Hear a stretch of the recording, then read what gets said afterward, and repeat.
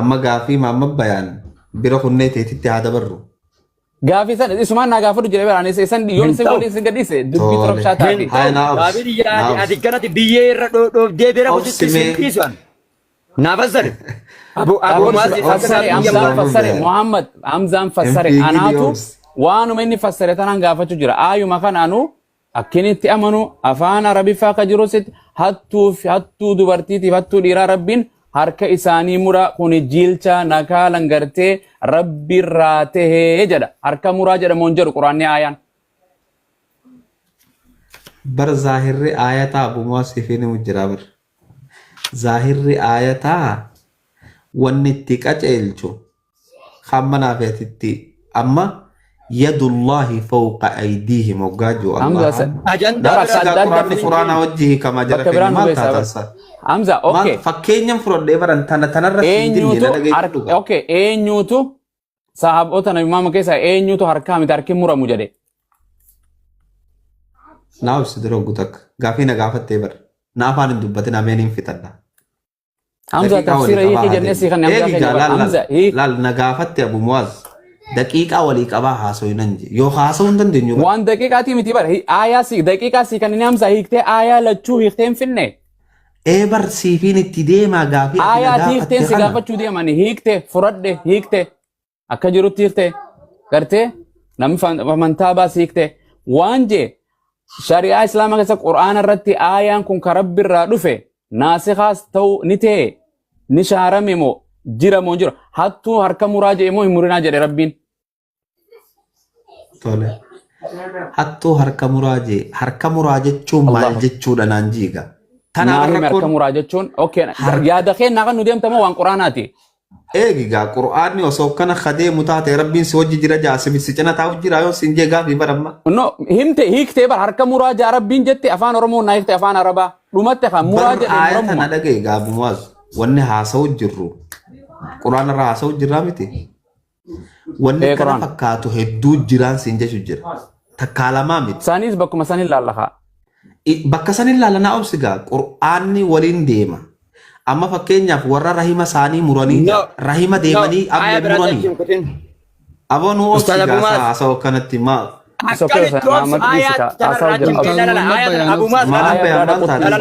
Anu gama sideemun ayaan hatturraa wanni yaanni jirraa miti harka muraata jira rabbi jira wanni waan kana shari'a mee obsigaa shari'a islaamaa keessatti harkan warra waa haati harka muraan hin jirtu afaan isaatiin jedhe Sa'ani bara waan akkaati jette jiraachurratti hin kennite moo hin kennitu hunorra mutirra godhuun danda'u hangas nagaafadhu Situn akka never jenne bar abshir ayye naa obsi laalaa qaceelloo dhageeffadhaa jara keenya harka muraa kan jee fakkeenyaaf aayanni zaahira inni himaa jiru isiniifiin himaa jiraa bar aayata kana nabi Muhammad salawaatullaahi wasalaamuhu alayhi irra gad dhaabbatee harka kanatti qad godha aayata kun hiikni isaa akkana je'ee hiikeeni jira yoon jee namni tokko kanaaf hin jiru.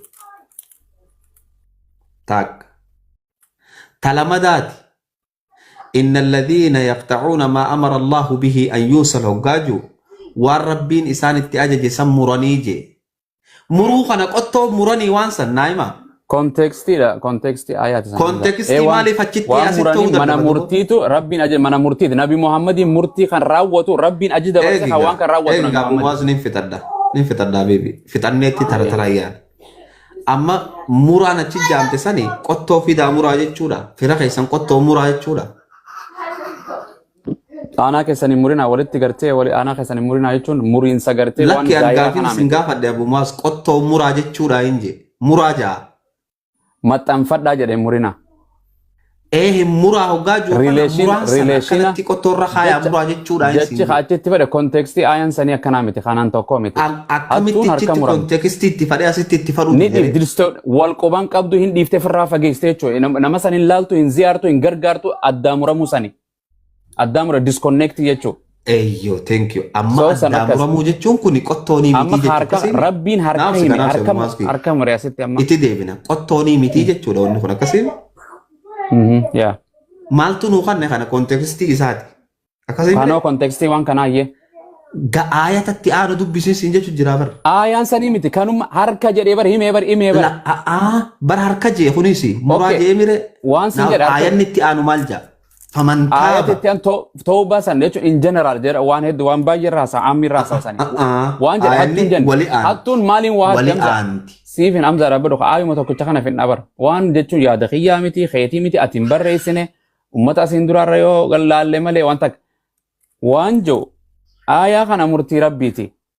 Ilmi namaa harkaan waa taami miila harkaan waa hata amuma kaa jechuun akka itti haatutti ajajni rabbiin dabarse shari'aan tun shari'aa rabbiiti miti aayaa rabbiiti seera rabbiiti biyya lafaa kanarrattu tiktookiin seera rule and regulation qabdi yoo viidiyoon taane maxxanste akkana konsekwensi sirra keeyse rabbiin hattuun yoo waa hatte jedhe hanna waan akkanaan jenne jeneraali yoo birrii hatte makiina hatte hattu jechuun in general maqaa waligalaati ammid yoo hattuun waa hatte rabbiin keenya quraana keessa nabi muhammadin rabbuusee dhugaarra namni sara dubbatu hin jiru waman asdaqu minallahi qiila waman asdaqu minallahi hadiitha rabbira namni murtii murteessus hin jiru rabbira namni seera namaa kaa'us hin jiru seera nama ol caala harka muraa jedhe hidhaan jenne ati hidhaa jee kan jettu fidde nabi muhammad nama hattu ate hidhees hin jiru rabbiillee hidhaan jenne harki haddiin kun ni muramti muraa jee moo muraan jenne rabbiin aayaa kana fudhattamu fudhattu.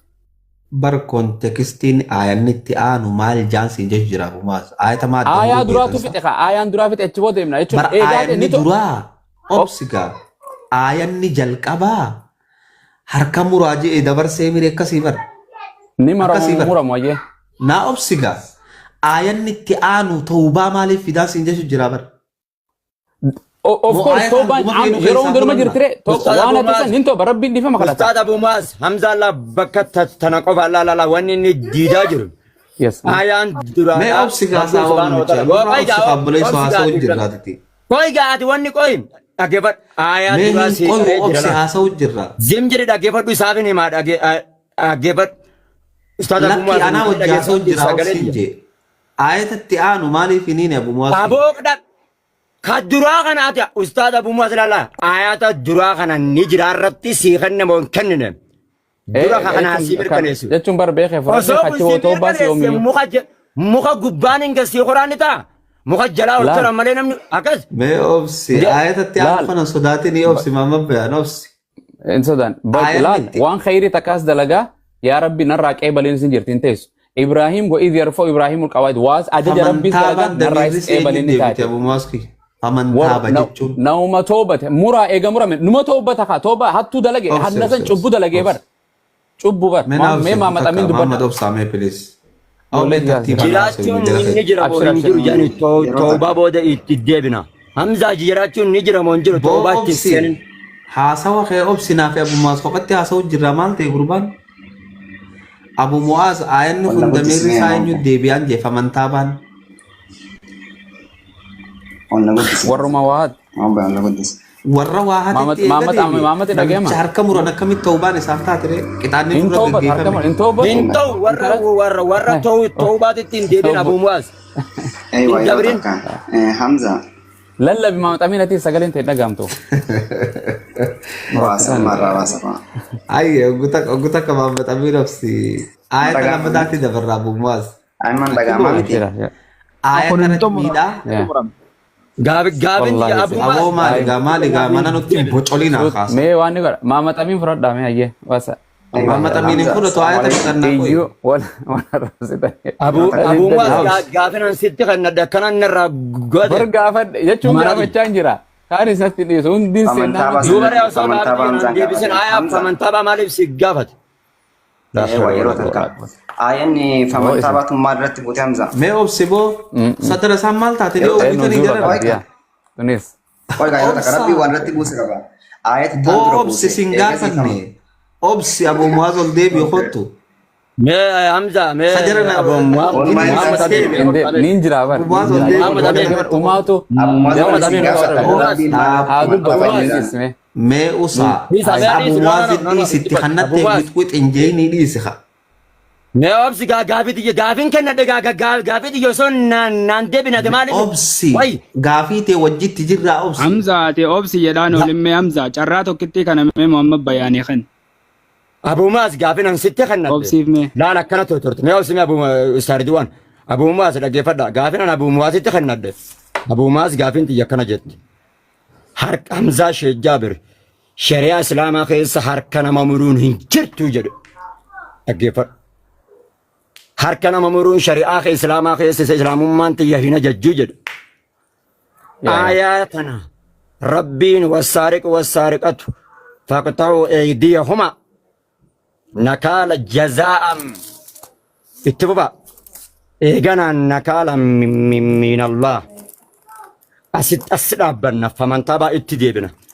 Rabbiin kana ga'amma ni jira moo hin jiru harka muruun naa mirkaneessu hanga gana qofa aayaa tana irratti faqxa'uu eydiyahumaa jedhe harka muruun ni jira moo hin jiru hattu shari'aa Islaamaa keessa kun Rabbi dubbatee asimarraan irraan bayna Ustaaz Abuu Mu'aaz gaafii janaatti fuf yookaan wa illaa ammoo natti as kenne kanaaf gaafii ta'e anis dhagahe. Anis dhagaheetiin jira yaa mamma bayaamee nutti hin barate maakee dara. Abuu Mu'aaz dhagahe. Obsi isa gabaabaa jechaan oli ni obsi. Laal Abuu Mu'aaz ayata reefu kontekstiin isaa karaa wanni deemaa jenne shakkii takka hin qabnu okkee. Aayannummaan ayata kanatti aanu tawbaa maaliif fideen je famantaabaan damiirri eenyu deebi. Beeke tawbatu bar jedhee bar muraa jedhee ajajamee. Harki muramee tawbataadhe. Okay ni tawbata maaliif hin tawban? Akkam jechuu. Maaliif hin tawban? Haddiin eegarra gaggeeffamte. Harkaan kadhataa rabbi hin kadhataa. Hadduma sanii bar. Tawban yoo miti. Haddi rabbi ajaja rabbiin irratti ajaja raawwatee miti. Maali maamata ta'o? Adeemsa ammallee gaafii irraan bayin Abuu Mu'aaz. Please gaafii itti de aayuma Hamza ati aayaa duraa sana wamantaa baadhiisa. si fuudhayye. Okay. Aayaan fawailul lil musalliina jee walitti neema kun walitti qaamiti ni beeka. Abuu Mu'aaz yoo inni tana malee wamantaa barratti deebi'e billaa alayka rabbi afaan Oromoo sillachuun beektanii miti Hamza xiyyaanaa gaafata Hamza keerraa fudhadhu Maamad Bayaan irraa qabi fudhadhu. Naakan anaat irraa fudhata. Mu'aaz maal jettan? Anuura kadhachuun. Nakaalanii wanni jiilchuun san wanni rabbiin jiilchuun muraatana rabbii subhaanahu wa ta'ala hattummaa silaa obsitanii hadara. Barnaa gala tuni qaaba ta'araaramaa ammoo baaba biraati sunka. Eenyutti deebiti famantaa baana. Nakaalli kun famantaa baana namichaatti deebiti. Ustaad Jamaal naa kan gaa'oo rabbi daadhooti naa kan naaf fudhate gaafii xiyyaarraan. Hamza. Fuudhi fudhadhu. Hamza. Qanniif Hamza gaafisa. Gaafii xiyya wassaariqu faqxa'uu eydiyahuma. Rabbumaa dubbatee miti hatti harka mura. Fixattee. Afaan irratti naaddeebis rabbii dubbatee miti. Akka baalageetti naasooyin. Fixattee. Atuu akka baalageetti naasooyin akka baalageetti isin gaafannani. Kallattiin gaafii xiyya. Michana yoo safraalan. Arrabadis. Siyaasaan waliin loltu miidiyaa anu arraban gaafadhe. Mee anu arraba dubbadheen. Arraba dubbadheen. Gaafii gaafadhu muut godhadhu. Muutiin godhadhu kallattii afaaniin si gaafadha Hamza. Rabbumaa dubbatee mitiin je harka muraa. Nyaadee bisa afaan irratti kallattiin nyaadee. Gaafii gaafattee miicaljii gaa obseeyye. Hayyee seen dhaggeeffadhatti foofu. Na afaan hin dubbatin. Okkeetti foofu. Aayanni Qur'aanaa ka asitti haasawamu jiru kun. Dura kanan siifiti kana naafiti. Kanan si gaafadha. Kiyya kana maal dhibba. Maamma bayaan akka nama fayyaa qabutti haasawu nu qabbuleessa. Wassaariqatu asirraa nanaasa. Obsi anna qaraayisutti hin jirtuuti haasawuu ni feeta. Naadeebis Hamza. Haasawuu ni feetaa hin jee. Haasawaan hin fedhaa xiyya tana rabbii muraa jee moo hin jenne. Daf naadeebis. Muraan bakka tanaa qottoon harka muraa jechuutti hin qaceelchu. Obboleessa kiyya naadeebisi faqxa'uu eydiyyahumaa jedhee jee moo hin jenne hattuu harka muraa. Qottoo murattiin ajajjuun siin jee maal taate mataa. Maa fassare ayaa tana fassare ishee fassare. Wassaariq caljeeyi. Fassare ishee seen dhaggeeffadhu. Wassaariqu hattichaa fi wassaariqatu hattitti faqxa'uu eydiyahumaa. Harka isaan lamaanii muraa faqxa'uu eydiyahumaa jechuun ayata Qur'aana kanaata bakka tanaatti dhufte. Boo obsi gaanurraa maali wanti obsi nurraa.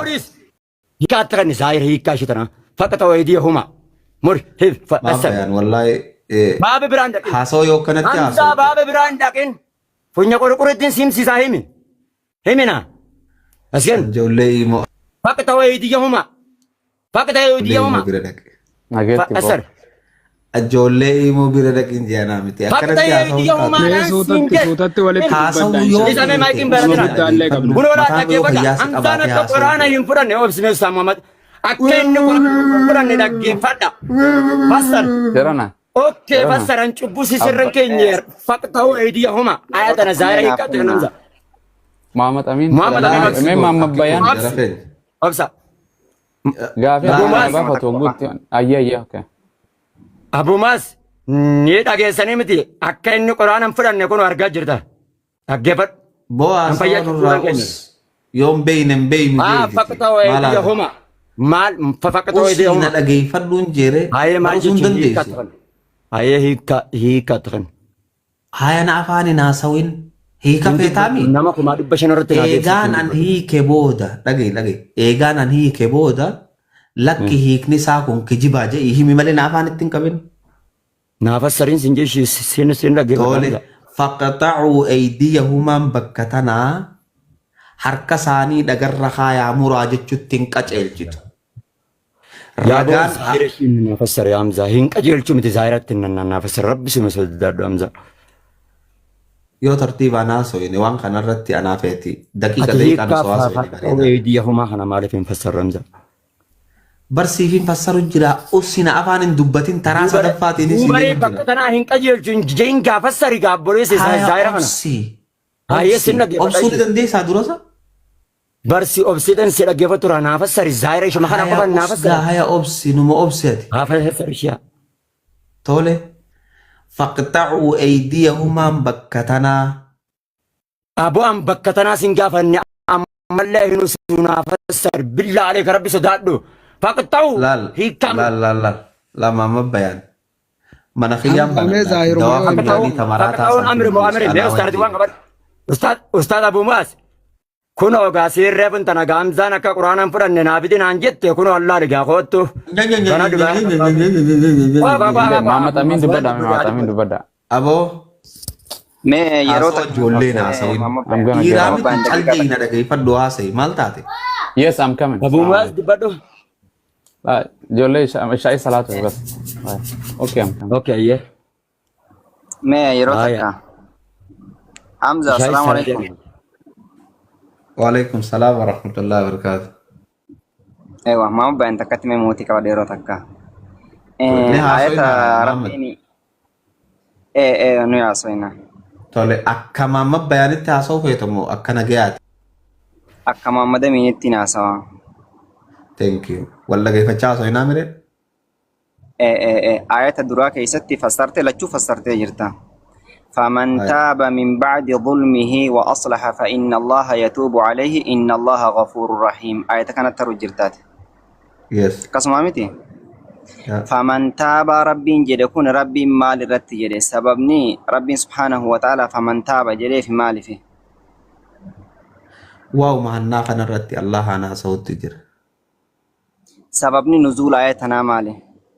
sababni nuzuulli Waan takka keessatti- waluma jircina jiranii bara hattummaa fi ayanni